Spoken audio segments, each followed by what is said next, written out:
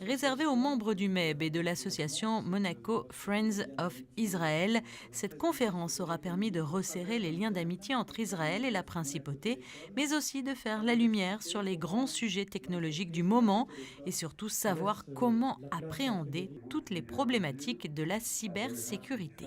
Surtout prendre conscience à tous les agents économiques, aux particuliers, que la cybersécurité est un problème à prendre à bras le corps, que c'est l'affaire de tout le monde, pas seulement l'affaire d'un gouvernement, et qu'il faut étudier et réétudier et changer de culture et de manière de penser, car sinon on risque un jour d'en être la victime. Essayer d'abord de faire de très bons diagnostics grâce à des sociétés de conseil performantes, mais il faut faire de la prévention, il faut faire de la détection, il faut faire de la formation, il faut mettre des budgets en face. Ce sont des choix difficiles et il faut avoir une organisation la plus complète possible pour arriver à justement éviter ce genre de cyberattaques et de difficultés dont nous avons eu d'ailleurs beaucoup d'exemples ce soir grâce aux intervenants de très grande qualité que nous avons eus.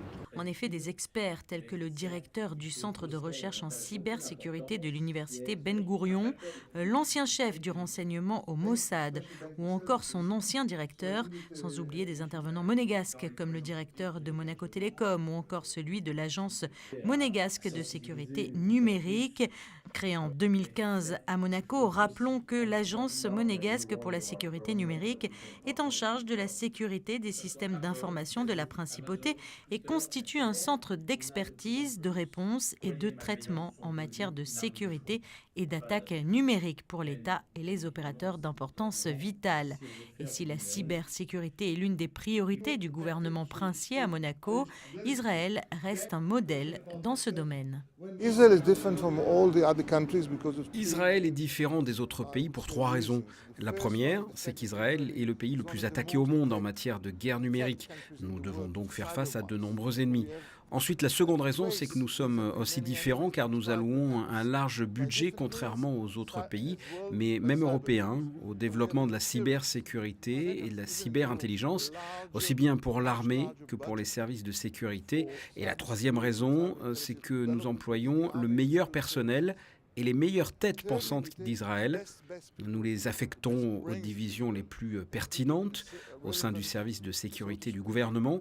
Donc lorsque vous réunissez ces trois spécificités, nous pouvons dire que nous sommes comme un grand laboratoire pour la cybersécurité. En matière de cybersécurité, Israël fait donc aujourd'hui figure d'exemple dans le monde entier.